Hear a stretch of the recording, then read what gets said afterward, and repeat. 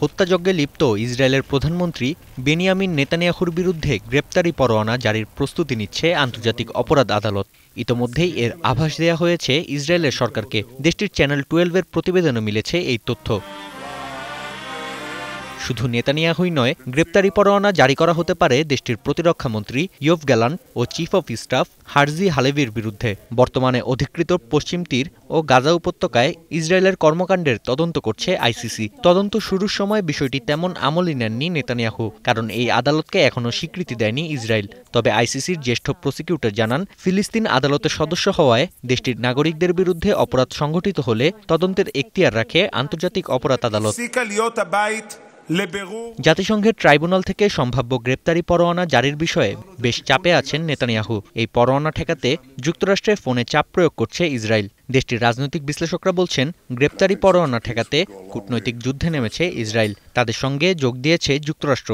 এরই মধ্যে রাফায় স্থল অভিযান চালানোর আগে ওয়াশিংটনের পরামর্শ শুনতে রাজি হয়েছে Tel Aviv. And of course to allow for easier aid access to places in Gaza, particularly up in the north. So he's going to be working on that very hard. He'll also be talking to the Israelis about their intentions and their thinking about Rafah military operations and sort of where they are in the planning stages for that.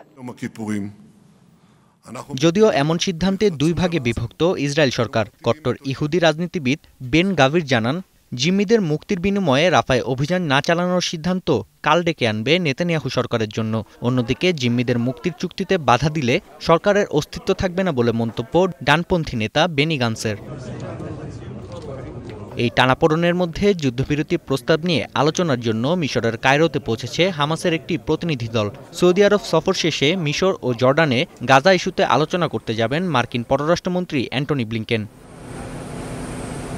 এদিকে পুলিশি বাধা উপেক্ষা করে যুক্তরাষ্ট্রের বিভিন্ন বিশ্ববিদ্যালয়ে চলছে শিক্ষার্থীদের বিক্ষোভ। শিক্ষার্থীদের ওপর নানাভাবে চাপ প্রয়োগ করা হলেও কোনোভাবে ঠেকানো যাচ্ছে না রাজপথে তাদের ঢল। ফিলিস্তিনপন্থী আর ইসরায়েলপন্থীদের বিক্ষোভ ছড়িয়ে পড়ছে দেশের বিভিন্ন স্থানে। ফিলিস্তিনপন্থী শিক্ষার্থীদের জোরালো দাবি, অবিলম্বে কার্যকর হোক গাজায় যুদ্ধবিরতি।